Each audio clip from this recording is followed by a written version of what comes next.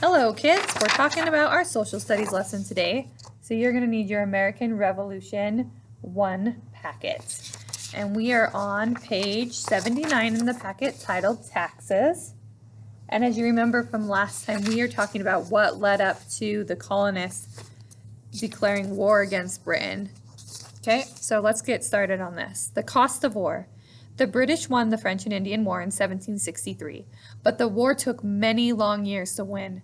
Great Britain had to borrow large sums of money to fight the war. After the war was over, they needed a way to make more money to pay off their debts. The Stamp Act. In 1765, the British Parliament passed a new law. Parliament is a group of elected British lawmakers. The law said that the colonists had to pay a new tax on anything that was printed. Items that were taxed included the following: newspapers, legal documents, playing cards. The tax was called the Stamp Act. Every time someone bought a printed piece of material, he or she also had to buy a stamp to put on it to prove that he or she paid the tax. Parliament thought this tax would help them raise the money they needed to pay off their war debts. The Parliament felt that since the colonists benefited from the war, they should help pay for it. The Stamp Act made the colonists very angry. They were angry because, 1, they never had to pay taxes that they did not agree to pay before.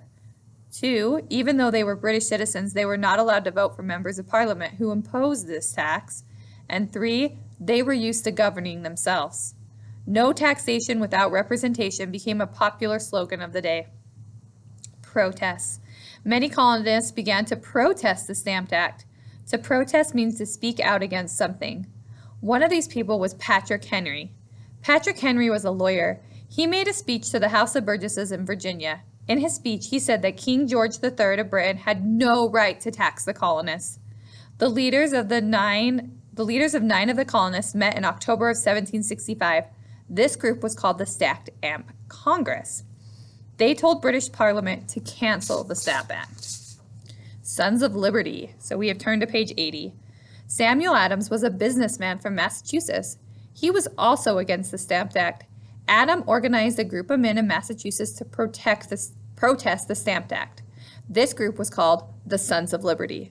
Soon, groups like the one started in Massachusetts sprang up all over the 13 colonies. The Sons of Liberty protested the Stamp Act in several ways.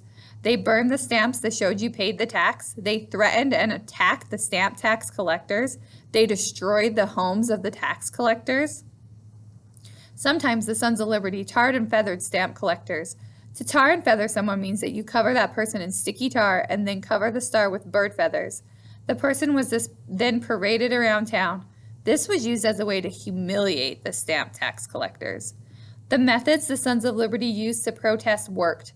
After a time, the stamp tax collectors refused to collect the taxes. The Parliament had no way to collect taxes. The Parliament decided to repeal the Stamp Act in 1766. Repeal means to cancel. The Townshend Acts. Britain still had to raise money to pay off their debts from the war. They imposed tariffs. A tariff is a tax that is placed on goods that are imported. These tariffs were called the Townshend Acts. They were named after Charles Townshend, the British treasurer. The British taxed tea, paper, glass, wool, lead, and paints. The colonists protested these tariffs. They boycotted goods from Britain. To boycott means that you refuse to buy something. But Britain responded. In 1768, Britain sent warships to Boston. They thought this would scare the colonists into paying, but it didn't. The colonists' boycott hurt British businesses. In 1770, Parliament repealed all of the Townshend Act tariffs except for the tax on tea. Okay, so that was a very interesting article. So basically what it said is that after the French and Indian War, because the British won, they needed to pay for that war.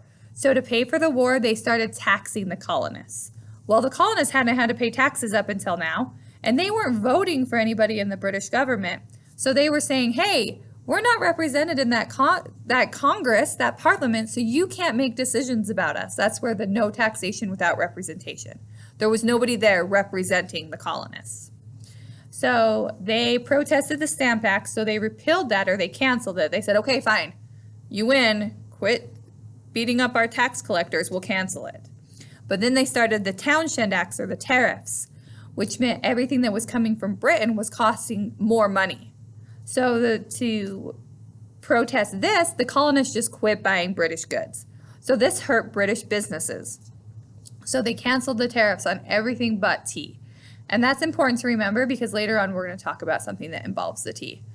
But your assignment to go along with brief 2 is that you need to make your own picture of this. This is a very famous picture, this join or die. It has all of the colonies: South Carolina, North Carolina, Virginia, Massachusetts, Rhode Island, New Jersey, New York, and New England. So New England was actually a bunch. This ends up getting split into more colonies later. But so this is the 9 colonies that were established when this started. So this was their way of saying we need to all join together against Britain. Or if we're sliced up, we're going to die because a snake can't live like this. So I want you guys to draw a picture like this and label it. You do not need to write join or die on the bottom of it. I just want the snake. If you want to write that, you can, because that was their slogan. But I mainly just want the snake. Then I want you to make me a list of at least 10 things in your house that would have qualified for the Stamp Act.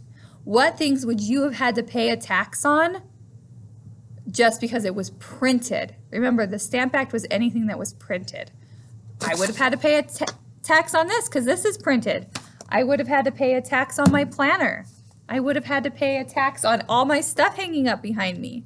So come up with 10 things that are in your house that were printed that you would have had to pay a stamp tax on.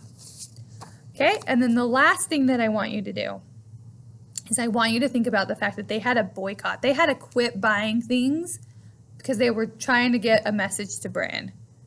So I want you to pick something. I want you to boycott something. So let's say, for example, you could boycott chocolate. So for a whole week, I don't want you to eat any chocolate. And then I want you to write me a paragraph about how that felt.